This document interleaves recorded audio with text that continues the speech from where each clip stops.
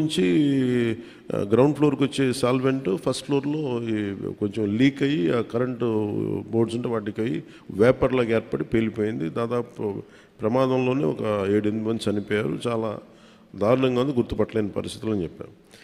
నేను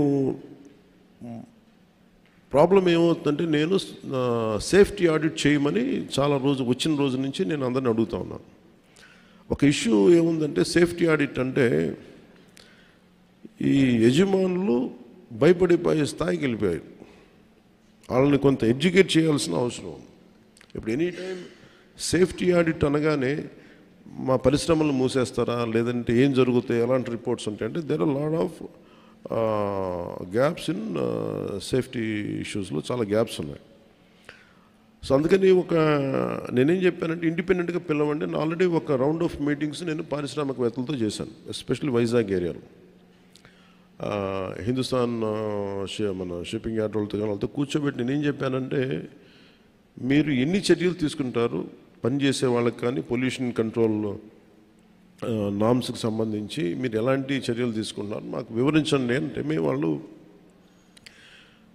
గతంలో కంటే ఇప్పుడు బాగా చేస్తూ ఉంటాను, కానీ they are not to the satisfactory level. ఇప్పుడు ఒకేసారి మనం ఈ పొల్యూషన్ ఇవన్నీ మన ఈ నామ్స్ అన్నీ పెడితే ఇండస్ట్రీ షుడ్ కమ్ ఫార్వర్డ్. అంటే ఇది నేను చాలా రోజుల నుంచి నేను కోరుకుంటా ఉన్నాను. నేను ప్రత్యేకించి మరీ చెప్తున్నాను. ఇప్పుడు అంటే నేను ఎందుకు ఒక అడుగు ముందుకేయడానికి నేను ఎందుకు సంకోచిస్తున్నానంటే, ఒకసారి అది ప్రభుత్వానికి ఇబ్బందిగా ఉండకూడదు గబుక్కి నా ఉద్దేశం సేఫ్టీ ఆడిట్, జనాల ప్రాణాలు పోకూడదు, కార్మికుల ప్రాణాలు పోకూడదు అనుకునే పరిస్థితిలో ఉంటాను నేను ఎప్పుడు. అలాంటిది మళ్ళీ ఇలాంటి సేఫ్టీ ఆడిట్ చేస్తే ఉన్న పరిశ్రమలు వెళ్ళిపోతాయి అని చెప్పి ఒక వదంతి ఉంది. అది కొంచెం మాట్లాడతారు నాతోటి, మీరు ఇలా చేస్తే పరిశ్రమలు వెళ్ళిపోతాయి, పరిశ్రమలకి అనుకూలమైన వాతావరణం ఉండదు అంటే. నా ఉద్దేశం ఏంటంటే, అది కనీస భద్రత అనేది పరిశ్రమలు ఇవ్వాల్సింది కదా. నేను పరిశ్రమల్లో ఇంక్లూడింగ్ ఆక్వా వాళ్ళకు కూడా చెప్పాను. సో గ్రేట్, చాలా సంపాదన ఉంది, రాష్ట్రానికి ఆదాయం ఉంది, మనకి ఈ పరిశ్రమల వల్ల చాలా సంపాదన ఉంది. కానీ ప్రయారిటీ ఎవరైతే పని చేస్తారో వాళ్ళకి ప్రాణరక్షణ కూడా చాలా అవసరం కదా. ఆ నామ్స్ ఏంటి ఒకసారి మాట్లాడదామని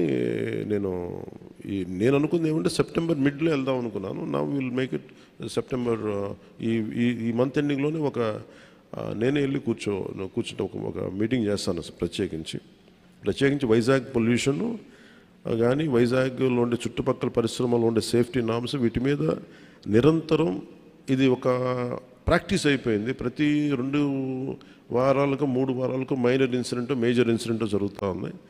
వీటికి ఇంకా అది మినిమైజ్ చేయాలి, అసలు కంప్లీట్గా ఎలిమినేట్ చేసే పరిస్థితికి రావాలంటే ఏం చేయాలని ఒక కలెక్టివ్ అక్కడ ఉన్న పారిశ్రామికవేత్తల ద్వారా, ముఖ్యంగా కెమికల్ ఇండస్ట్రీసు లేదంటే ఫార్మాస్యూటికల్స్ వాళ్ళతోటి కూర్చోవాలి.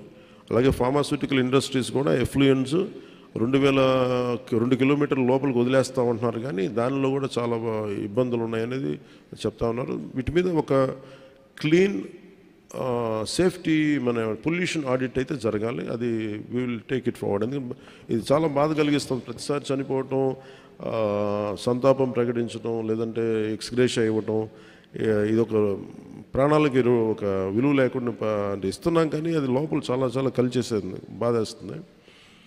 ఇది కొంచెం ఇంటెన్స్ మీటింగే పెట్టాల్సి వస్తుందండి. అది will take it forward in coming days. ఇది నేను రాగానే అదే అడిగేదాన్ని. ఇదివరకు అంటే ఇప్పుడు మన ఆర్థిక సంస్కరణలో భాగంగానే is of doing business is the major cause for it.